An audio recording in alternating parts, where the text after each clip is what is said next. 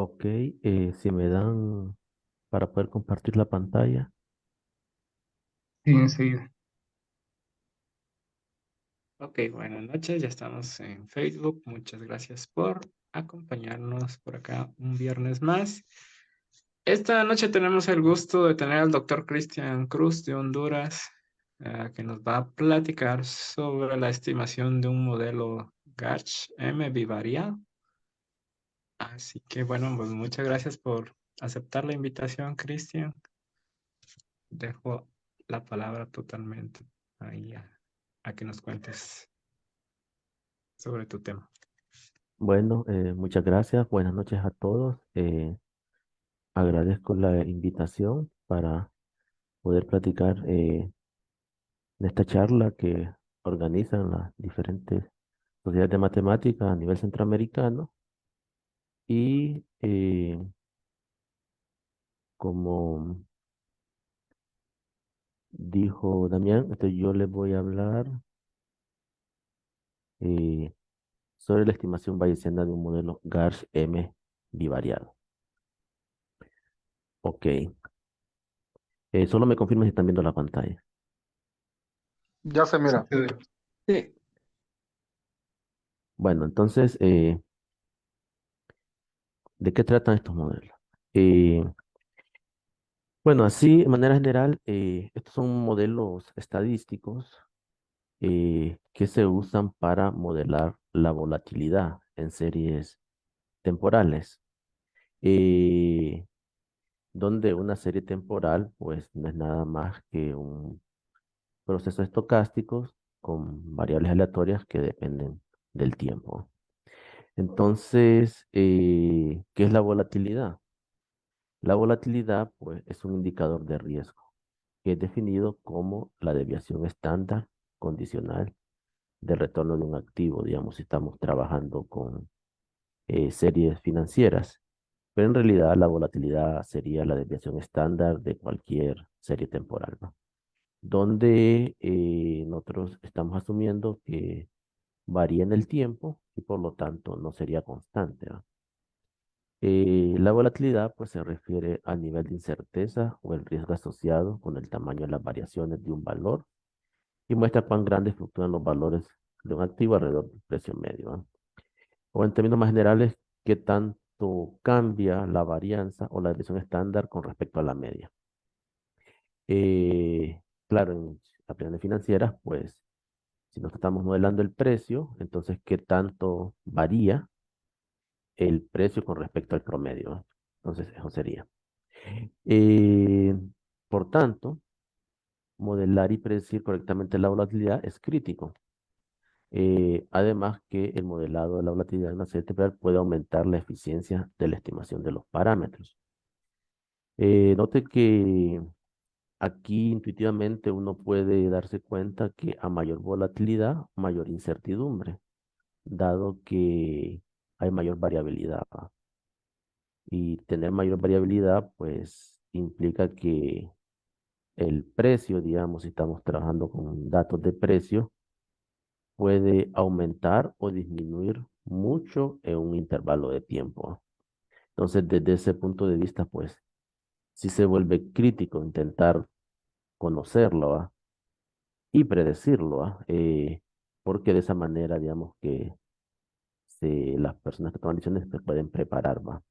Eh, para lo que pueda acontecer, sabiendo si hay una alta o una baja volatilidad, ¿va? Bueno, la volatilidad, pues, digamos, muestran algunas características, las series que poseen volatilidad, y es que, digamos, una primera de ellas es que suelen presentarse en clúster. Es decir, que hay periodos donde hay alta volatilidad y otros donde hay baja volatilidad, ¿ah? Entonces, generalmente se suelen identificar esos periodos.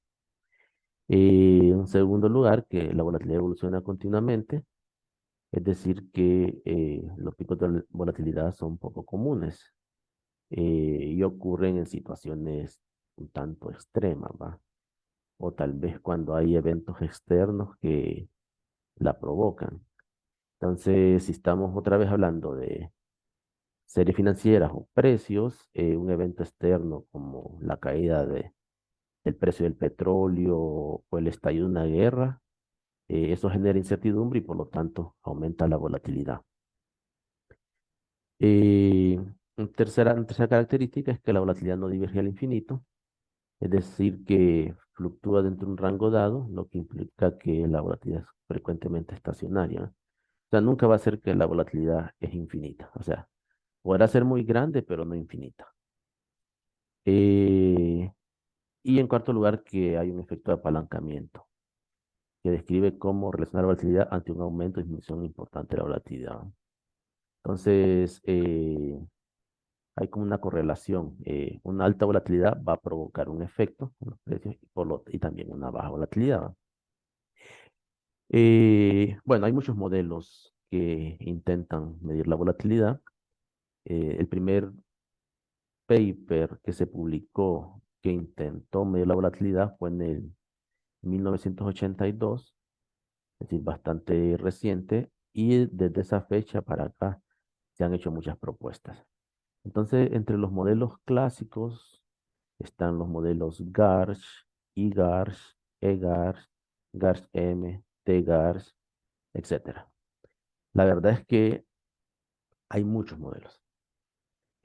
Ha habido mucha gente que ha trabajado en ellos y solo para poner como dato, entre los modelos GARCH hay 94 variantes la última vez que revisé.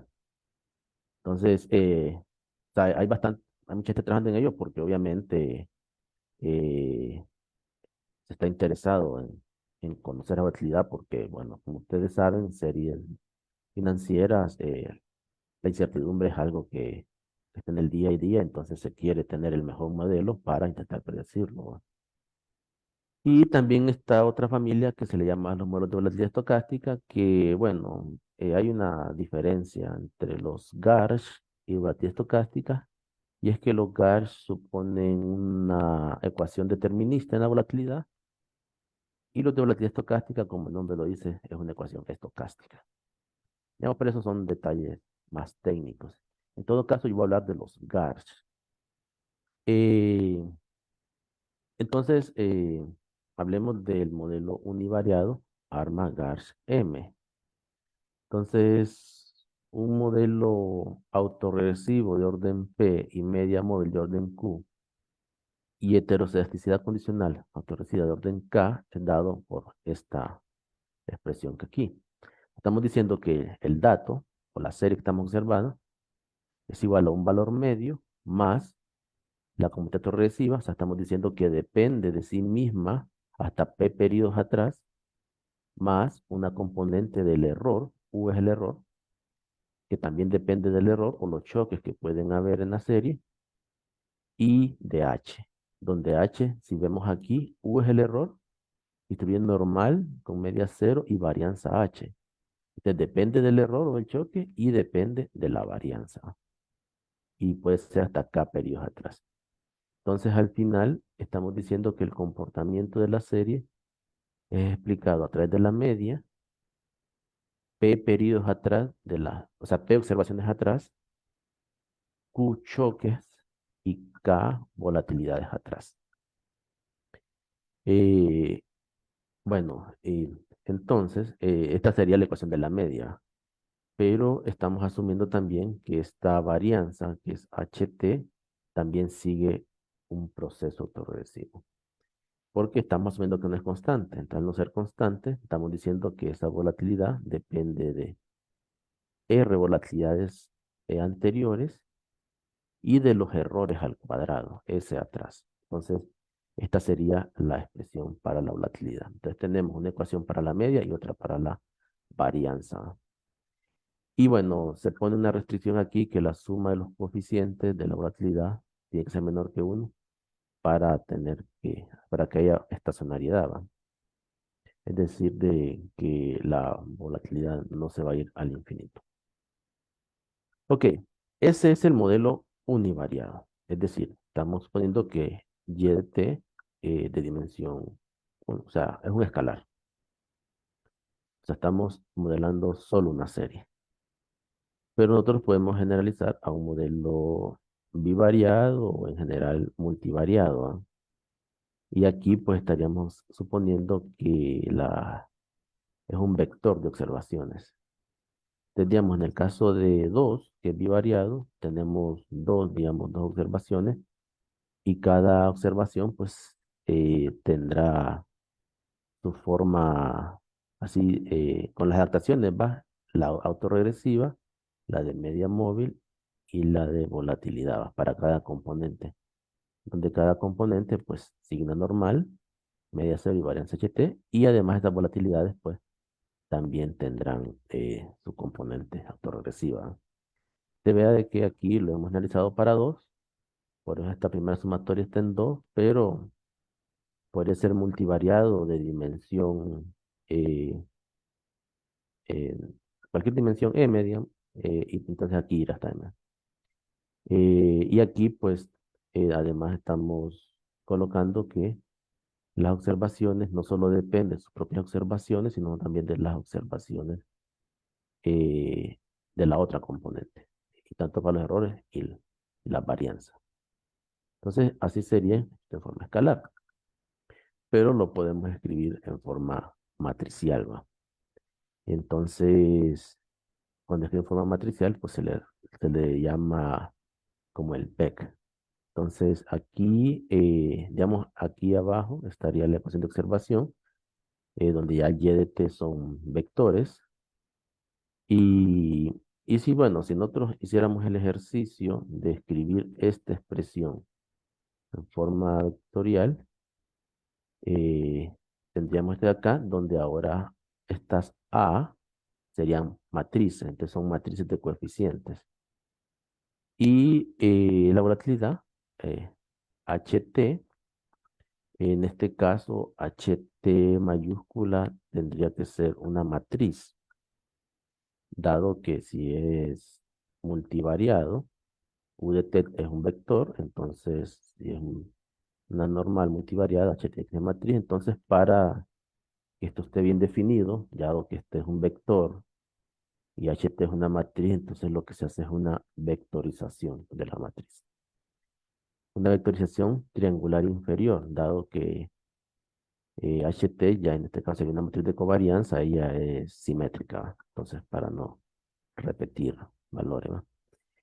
Y aquí en esta ecuación, pues se está simplificando y no estamos tomando la parte MA, donde están los errores aquí. Aquí era un bar, ¿va? Y aquí solo estamos un bar. Ok. Y bueno, entonces esa sería la ecuación de observación y la ecuación de la utilidad. Pues entonces, como HT es una matriz, ¿va? Entonces todo esto de aquí serían matrices, ¿no? Y estaría expresado entonces de esa forma. Ok. Eh, bueno, digamos que aquí se asumió normalidad. Nosotros vemos que aquí hay, el error es normal. Y digamos que es una hipótesis como básica, ¿va? Eh, pero bueno, digamos que eh, para que apenas que han estudiado, han llevado con estadística, saben que la normal pues es sensible a valores extremos, ¿va? Es decir, o sea, el 99% del área bajo la curva está entre a lo más -3 a 3. Ok, o sea que tiene poco peso en las colas. Pero digamos que ahí uno se pone a pensar, bueno, pero usted quiere modelar la volatilidad. Y la volatilidad pues se caracteriza por ser muy grande o muy pequeña. Entonces, ¿qué pasa si es muy grande? Que tal vez es el caso que interesa. Cuando es muy pequeña, a veces no interesa mucho. Eh, entonces, la normal no va a poder lidiar con esos valores, porque son muy grandes. Entonces, uno puede proponer usar una T-de-Student, que la T-de-Student, pues, depende de su grado de libertad y entre más pequeño es el grado de libertad, más pesada es la cola y por lo tanto puede lidiar más con valores extremos. Entonces, eso es lo que se hace aquí. Eh, Se sustituye entonces el supuesto de normalidad y se coloca una distribución de Student generalizada. Bueno, ¿a qué se refiere con esto? Entonces aquí tenemos la ecuación del bar, que es la misma, solo que aquí el error, entonces lo cambiamos, vamos a suponer que es una normal, pero le estamos multiplicando este factor, lambda t al 1 medio, como recuerden que esto es una matriz más. Entonces izquierda y derecha, y este lambda t 1 medio, pues es una matriz diagonal con estos factores, donde cada uno de estos lambdas, vamos a decir que se distribuye una gamma inversa con estos parámetros. Y luego la ecuación de la velocidad, pues vemos que queda igual. Entonces lo único que cambia es esta parte de aquí. Ok, pero, o sea, tenemos una normal y una gamma. Entonces aquí el factor que está extra, pues es el lambda. Entonces, por propiedades, si usted tiene una normal gamma e integra este valor, usted obtiene una T de esto. Y los grados de libertad serán estos nu j. Ahora, como tenemos un vector, entonces estamos suponiendo un nu j diferente. Entonces, ahí es donde nos referimos a diferentes grados de libertad. O sea que cada serie tendrá sus propios grados de libertad. Dado que puede ser que una serie de datos tenga más valores, más volatilidad que otro, entonces sería suponer un mismo para ambos, pues tal vez podría estar simplificando mucho el modelo, ¿no? Cuando esta HT es diagonal, entonces el modelo se reduce a T de estudio independiente, con diferentes grados de libertad. Ok, entonces digamos que esa sería la propuesta del modelo. Ahora lo que hicimos, lo que se hizo aquí, pues es una simulación para intentar investigar la consistencia de los estimadores y evaluar el desempeño de los métodos, ¿va? Eh, Se hizo por el método HMC, que es Hamiltonian Monte Carlo, bajo el paradigma bayesiano, para estimar los diferentes parámetros. Entonces aquí pues eh, uno lo que hace es que con este modelo que está aquí, uno construye lo que es la función de verosimilitud. Luego uno da unas descripciones a priori para cada uno de los parámetros y obtiene las posteriores utilizando el teorema de Bayes. Y eso es lo que se hace. Y el método para hacerlo es por el Hamiltonian Monte Carlo, que es un método de aproximación, dado que generalmente es difícil obtener la distribución exacta. Entonces se requieren estos métodos estocásticos para poder hacerlo. Y bueno, entonces lo que se hizo fue que se hizo un ejemplo con el T bar 1 GARCH 11 M1, donde se generaron 30 observaciones siguiendo esta ecuación, tal como está ahí, o sea, estos coeficientes. Entonces nosotros generamos observaciones con estos valores y una vez que los tenemos, pues estimarlo, ¿no? Eh, y aquí, pues bueno, hay que tener en cuenta que se genera a partir de un modelo normal. Aquí estamos, bueno, que es normal. O sea, no, vean que aquí no tiene la estructura que se dio acá, sino la anterior, pero lo vamos a estimar con una T de estudio generalizada para ver. Eh, Se esperaría que si el modelo es normal, entonces las colas no son tan pesadas y cuando lo estimemos, los grados de libertad sean grandes, ¿no? Entonces utilizamos este método con extensión bueno, la extensión NOT, que bueno, son detalles técnicos del método, y salto de rana, otro detalle técnico. Y se toman 50.000 iteraciones y se descartan las primeras 5.000 y se mantiene cada décima iteración. O sea, básicamente el método lo que hace es que genera una cadena de Markov por medio del método de Monte Carlo. Y entonces, para tener convergencia, pues lo que se busca es que esa cadena de Markov sea estacionaria y y que cumpla la propiedad markoviana, obviamente, ¿va? Es decir, que depende solo del estado anterior. Entonces, para eso, pues, es la función de autocorrelación y si uno ve que hay mucha correlación, entonces no está cumpliendo, entonces descarta observaciones y toma saltos entre ellas, ¿va?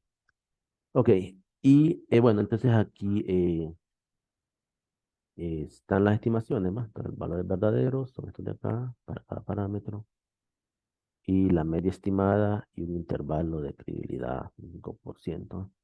Entonces, en general, pues, digamos que los A pues son los de la parte autorregresiva, ya los B de la parte de la volatilidad, el C también, o sea, esto de acá va. Y G es la parte también de autorregresiva, pero es esta de aquí. O sea, el G, si nos vamos acá atrás, es el que está multiplicando la vectorización de la volatilidad en la ecuación de la media, en la ecuación de observación. Note que el G es importante porque los coeficientes de la matriz G son los que nos van a decir si la volatilidad tiene un impacto sobre la media. Si estos fueran cero, estaríamos diciendo que no está impactando la media. Pero si es diferente de cero, entonces sí, es decir, la volatilidad está afectando la media. Entonces, como saber que si la incertidumbre de que los precios de un producto van a subir, termina afectando en realidad el precio del producto. O sea, una cosa es la expectativa que usted tenga y otra cosa es que de verdad lo afecte. Entonces, a veces la misma incertidumbre hace que el precio suba, digamos, o que el precio caiga. Entonces, eso estaría dado por los coeficientes de la matriz G. Ok. Y aquí los grados de libertad, como mencionamos, que estaban generados desde una normal, entonces esperemos que fueran grandes y en efecto son grandes, ¿no? Y bueno, digamos que la segunda serie, bueno, la primera serie tiene colas más pesadas que la segunda. De hecho, que la segunda es 60 la estimación, entonces es cola más liviana y, o sea, que es prácticamente normal. Ok. eh, Luego, pues, se aplicó a un conjunto de datos reales. En este caso, pues la aplicación que yo presento es para estudiar el comportamiento de la inflación y el crecimiento del producto a dos países del Mercosur. Bueno, aquí digamos que es un resultado parcial de un trabajo que hice hace un 2019 de una consultoría para analizar los países del Mercosur, donde se intentaba investigar, modelar la volatilidad en realidad. O sea, básicamente lo que estoy presentando. Si la volatilidad en la inflación del producto afectaba directamente el valor medio de esas dos variables. Entonces, en el trabajo final lo hice para los cinco países de Mercosur, pero aquí solo voy a mostrar para Paraguay y Uruguay. Entonces, los datos que usaron fueron datos mensuales del índice al consumidor y el índice de producción industrial, el IPC y el IPI. Para Paraguay, datos del 94 al 2016 y Uruguay 2003 al 2015. Luego lo que se hizo fue que la inflación se mide a través de la diferencia mensual analizada del IPC y el crecimiento del producto a través de la diferencia mensual analizada del IPI. Es decir, esta fórmula, ¿no? En otros datos serán estas después de haberlos transformado, ¿no? ¿Por qué se hace eso? Porque generalmente el IPC y el IPI no son estacionarias. Y una hipótesis de estos modelos es que sean estacionarios. Además de que la inflación, como se mide de manera interanual, eh, se suele medir más de esta forma que por el IPC mismo directamente. Ok, entonces, bueno, tenemos un modelo bivariado, tenemos estas observaciones, y para investigar si hay volatilidad, pues bueno, eh, la media pues está en cero prácticamente. Vemos que hay alguna asimetría. Si es cero, no hay asimetría. O sea, la simetría es cero, o sea que es simétrico, ¿no? Entonces aquí vemos de que hay una simetría más en los datos de Paraguay que Uruguay. Y vemos la kurtosis, que aquí pues se compara con la normal. Es decir, que y la normal tiene una kurtosis de 3. Por tanto, si la kurtosis es mayor que 3 es más pesada que la normal. Entonces vemos que los de Paraguay son mayores que 3, entonces es más pesada que la normal. Y en Uruguay, pues la inflación pues no tiene tantos valores extremos, pero el producto un poquito apenas, ¿va? Entonces, digamos que hay una indicación que Paraguay sí podría tener volatilidad y Uruguay tal vez no mucha o más baja. Sin embargo, también se aplicó un criterio para verificar la normalidad de Komogorov-Smirnov. Y bueno, aquí no muestro los valores críticos, pero estos valores indicarán de que se rechaza la hipótesis de normalidad, los datos. Entonces, aquí ya tenemos una prueba formal, por lo menos un análisis exploratorio de si tenemos normalidad o no. Entonces, la conclusión es que no hay normalidad. Entonces, hay indicios de posible utilidad con colas pesadas. Entonces, vamos a estimarlo por el método posterior. Entonces, como aquí estamos dando un bar, garch, m, entonces primero hay que decir el orden del modelo bar. Que recordemos que el modelo bar, digamos aquí atrás, este es el orden. De cuántas observaciones pasadas depende, o sea, el número P. Entonces, esta es la parte autorregresiva. Entonces, lo que se hizo es que se ajustó un bar 1, un bar 2 y un bar 3. Y se utilizó como criterio el aproximamiento marginal, donde el modelo más adecuado es el que tenga el valor más alto. De aquí vemos que los valores más altos es el bar 2. Entonces, ese sería el modelo más adecuado, un bar de orden 2. O sea que estos datos para ambos países dependen hasta 2 periodos atrás. O sea que la inflación de hoy depende de 2 meses atrás, en ambos países.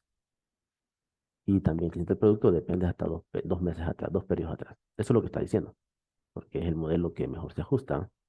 Sin embargo, vemos de que, bueno, aunque eso es cierto, andan cercanos, ¿va? Los demás, ¿va? No están muy lejos. O sea que puede ser un bar 1, un bar 3, y muchas veces para la cuestión de la estimación de los parámetros, ¿va? Obviamente, entre más grande es el orden, más parámetros tiene que estimar. Y si su conjunto de datos no fuese suficiente, podría tener problemas en la estimación.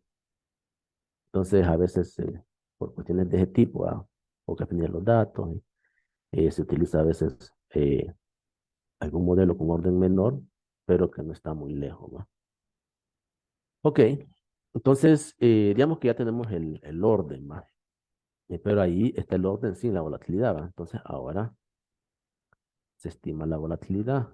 Eh, entonces, otra vez este algoritmo HMC, condición NOT, 50.000 iteraciones, se descartan 5.000 y se mantiene cada décima estimación, ¿no? Casi cada décima iteración. Entonces, aquí ajustamos para ambos países el Bargach M normal y el T de Student. Y aquí tenemos la estimación de la matriz G. Recordemos que la matriz G es la matriz de coeficientes de la volatilidad en la media. O sea que un valor significativo aquí nos va a estar diciendo si en efecto está afectando. Entonces, digamos primero datos de Paraguay. Vemos que este valor es significativo. Aquí está la estimación y aquí está el intervalo. Entonces no contiene el cero. Y vea que para ambos, tanto el malte de estudio. Entonces está diciendo que, eh, ¿qué sería esto? Bueno, recordemos que la primera, el Y1 es la inflación. y el Y2 pues la crecimiento. Entonces, estaría diciendo que la volatilidad en la inflación afecta la media en la inflación. Eso está diciendo. Y bueno, tiene un efecto contrario, o sea, disminuye, ¿va? Y paramos modelos, ¿va?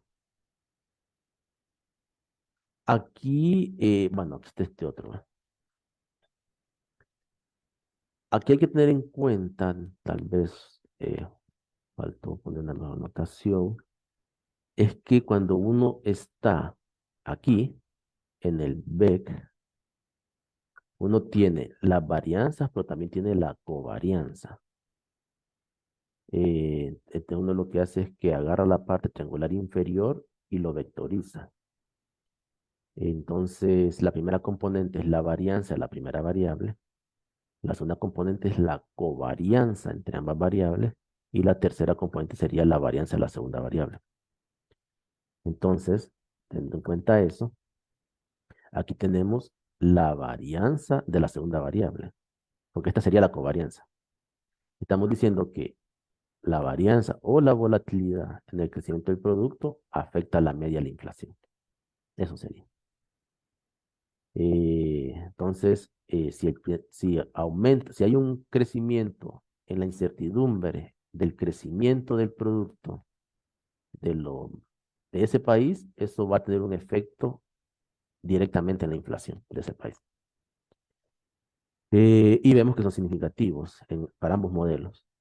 Luego los otros podemos ver de que hay unas estimaciones, pero cuando vemos el intervalo, pues incluye el cero, entonces no serían significativos, ¿no? Eh, y de igual forma podemos ver los datos de Paraguay, ¿no? Entonces, por ejemplo, aquí el modelo normal, este valor sale no significativo, pero el test de estudio en sí. Ahí uno se preguntará, bueno, pero ¿con cuál de las dos me quedo? Bueno, ya tenemos indicios aquí en el análisis exploratorio de que no es normal, ¿va? Y que posiblemente hay volatilidad por la kurtosis. Entonces, si nos guiáramos por eso, pues sería mejor tomar el test de Student, ¿va? Que el normal. Pero bueno, en todo caso, si vemos otros coeficientes, este también es significativo. O sea que, igual que en Paraguay, la varianza del cliente del producto afecta la media de la inflación. Y bueno, tenemos este también acá, ¿va? Aunque aquí sale negativo y aquí no, ¿va? Que sería ahora es al revés. La varianza en la inflación, o la incertidumbre de inflación, afecta el valor promedio del crecimiento del producto. Y aquí, bueno, estos también son indicativos, o sea, la varianza o la volatilidad en el crecimiento del producto afecta la media del crecimiento del producto, ¿no? ¿Ok? Entonces, ahí, pues, bueno, uno ya puede sacar bastantes conclusiones solo con esos valores estimados. Y bueno, eh, dado que lo hicimos, estamos con el test de estudio generalizado, pues bueno, estimamos los grados de libertad, ¿va? Eh, Allá atrás, con el análisis exploratorio, pues vimos de que hay índices de colas pesadas por la kurtosis, pero aquí los estimamos. Y vemos que la estimación para los de Paraguay es menor que para los de Uruguay.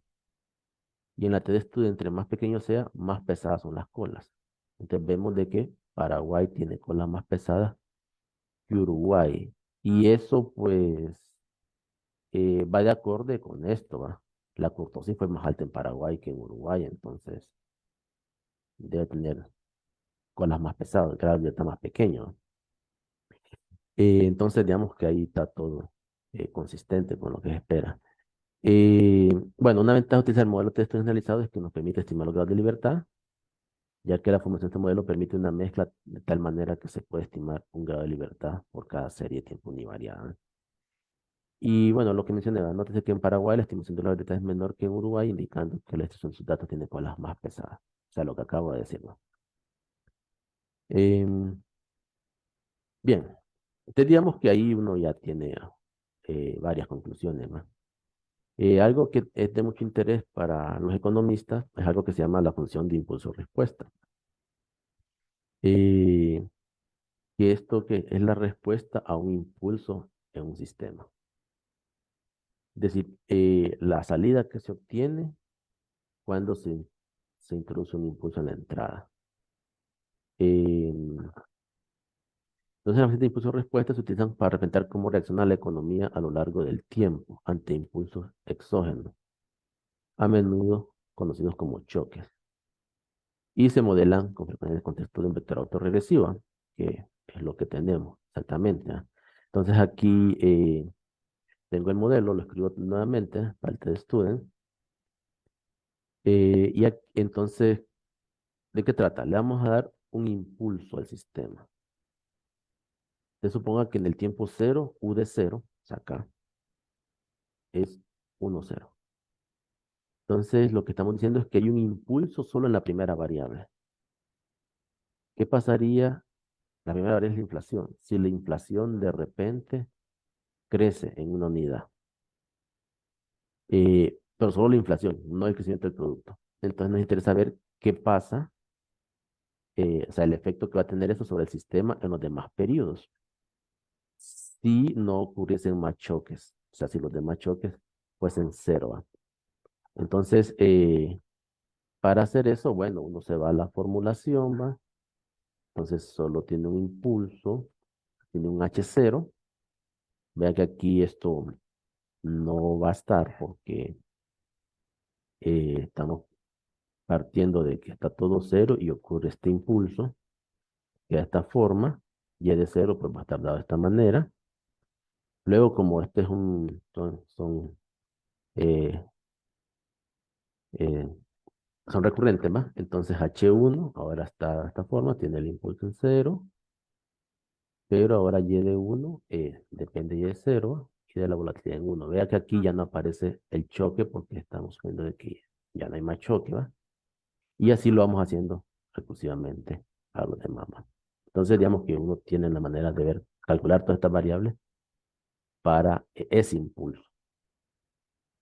Eh, y de igual manera se podría hacer para un impulso en la otra variable, ¿va? Lo que cambiaría es que ahora aquí sería 0,1. O sea, un impulso en la segunda variable y no en la primera. Y ver también el mismo efecto. ¿Eh? Entonces, cuando uno hace eso, digamos, obtiene gráficos como esto. ¿Eh? Eh, entonces, digamos, aquí tenemos, cuando hay un impulso en la inflación, ¿cuál es la respuesta en la inflación? Entonces, de entrada, hay una caída, luego sube y se estabiliza. Dura hasta 4 periodos. ¿Y cómo queda cuando ese impulso de inflación, qué le pasa al crecimiento del producto? Bueno, cae también, luego se recupera y oscila ahí un poquito y se estabiliza. Eh, y bueno, cuando hay un choque o un impulso en el crecimiento del producto, ¿qué pasa con la inflación? Bueno, se va para arriba, o sea, contrario a lo que pasó aquí, o aquí va, y luego ahí hace unas oscilaciones y se estabiliza. Y cuando es en sí mismo, bueno, cae, entonces luego sube y ahí. Bueno, digamos que ese sería el efecto esperado y dura hasta 4 periodos. Como son datos mensuales, 4 meses, ¿no? Entonces, digamos que para los economistas que utilizan este tipo de variables, sería un ejercicio para poder intentar simular, bueno, ¿qué pasa si se sube la inflación en este periodo? ¿Cuánto va a durar el efecto? Bueno, en este caso, pues, los primeros 2 periodos son los más críticos y luego se va a estabilizar, ¿no? Para ambas variables, ¿no? Entonces, permite ver, entonces. Y vea que, así como está formulado, pues está introduciendo también la volatilidad, ¿va? Para hacer esta simulación. Y aquí tenemos para Uruguay, ¿va? Eh, entonces, cuando es inflación sobre inflación, sube, luego baja y luego sí se estabiliza. Cuando hay inflación del producto, pues sube, baja.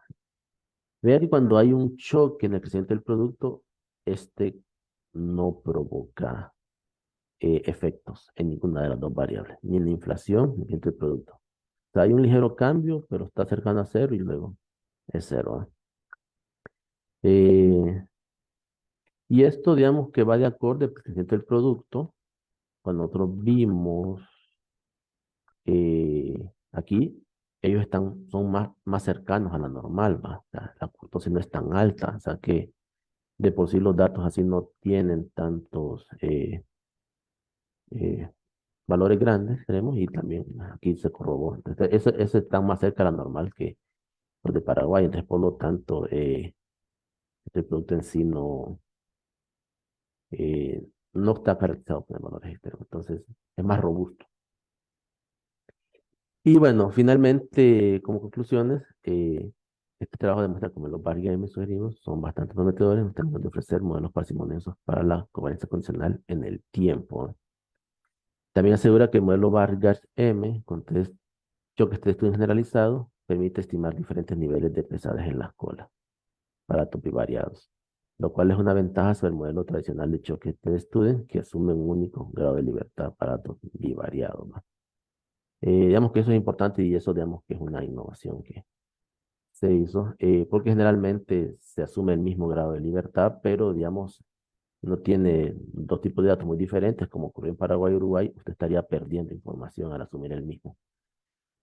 Eh, y calcular la función de impulso-respuesta como consecuencia del modelo tiene una estructura VAR, consecuencia de que el modelo tiene una estructura VAR y lo adaptamos a un modelo de volatilidad, lo que nos permitió ver los efectos del choque de una variable sobre la media de las otras variables, lo cual es particularmente útil cuando se trabaja con datos económicos dependientes en el tiempo.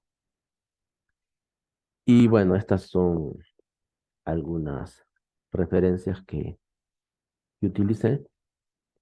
Y bueno, muchas gracias. Eso sería todo. No sé cómo. Bueno, creo que todo bien de ti.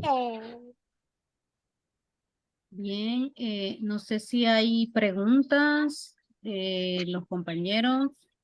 Sí, yo quisiera Sí. aportar algo. Soy Rocío Pacheco de Asomat.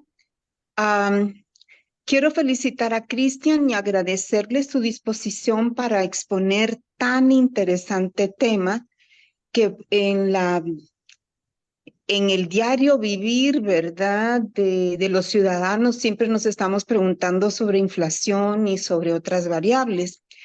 Yo quiero en esta noche hablar algo sobre la formación académica del doctor Cristian Cruz.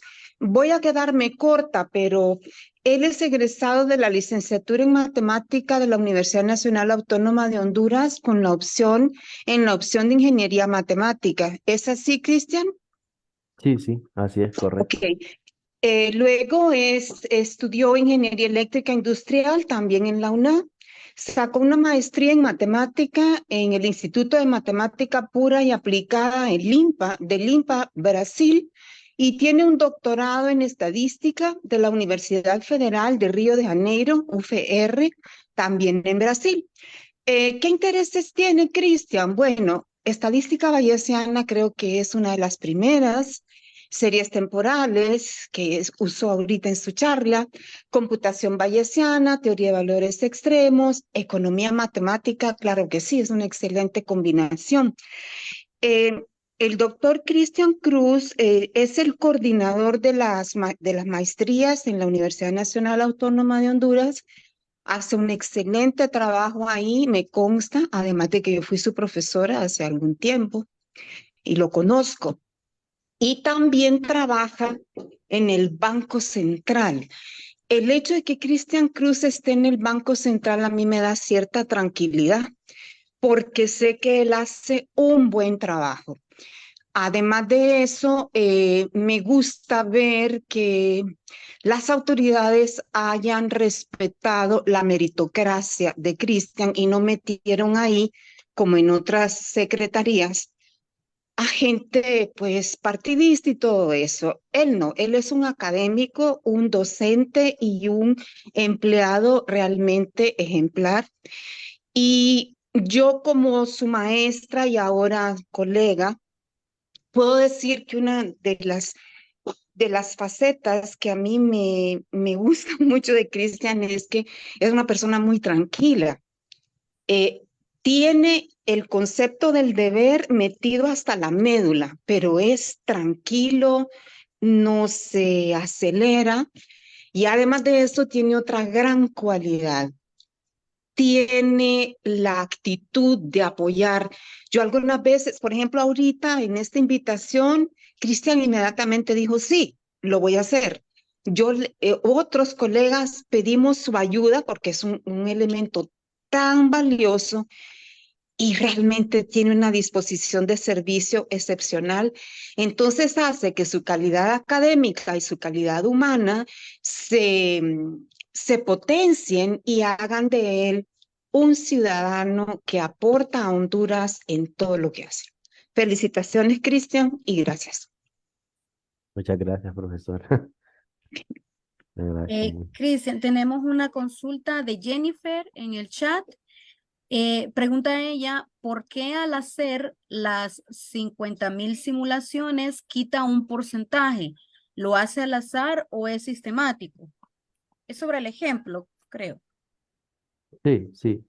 Eh, bueno, digamos que cuando nosotros estamos investigando la convergencia de la estimación de los parámetros,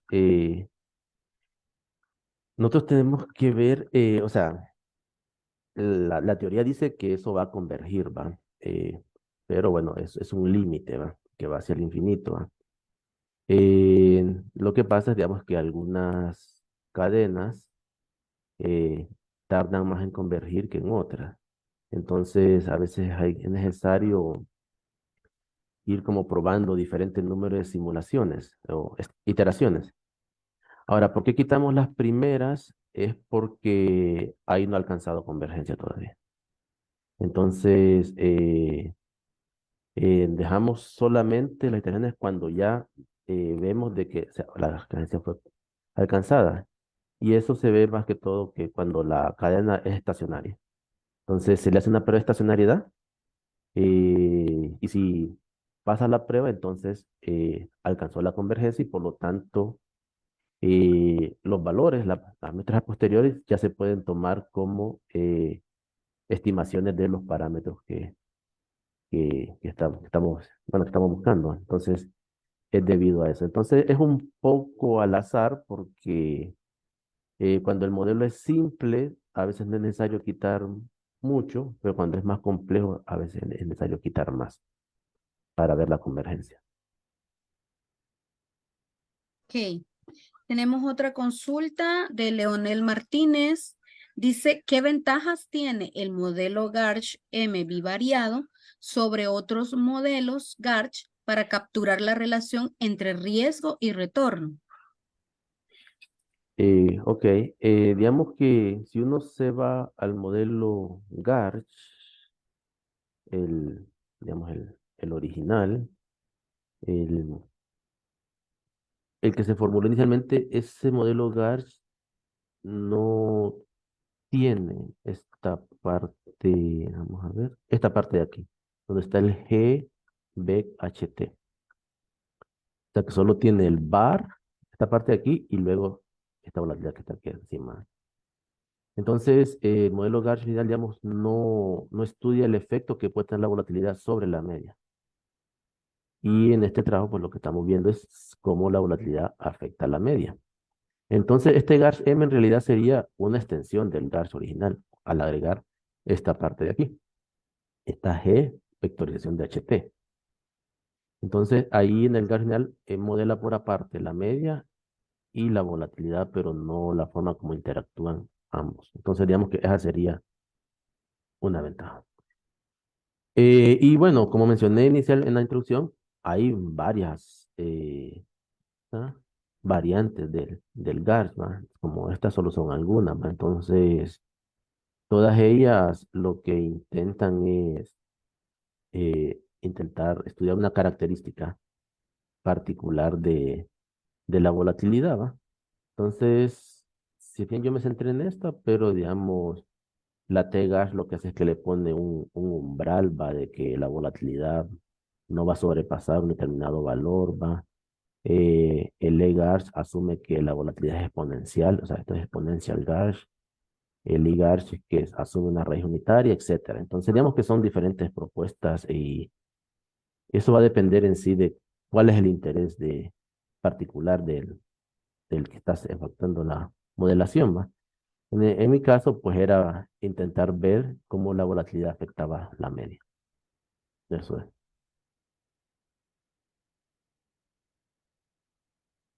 Y bueno, no sé si eso responde. Bien, creo que ya están las preguntas. ¿Hay alguna otra consulta que quieran realizar para el doctor? No tenemos consultas en el Face. No sé si alguien más quiere comentar algo.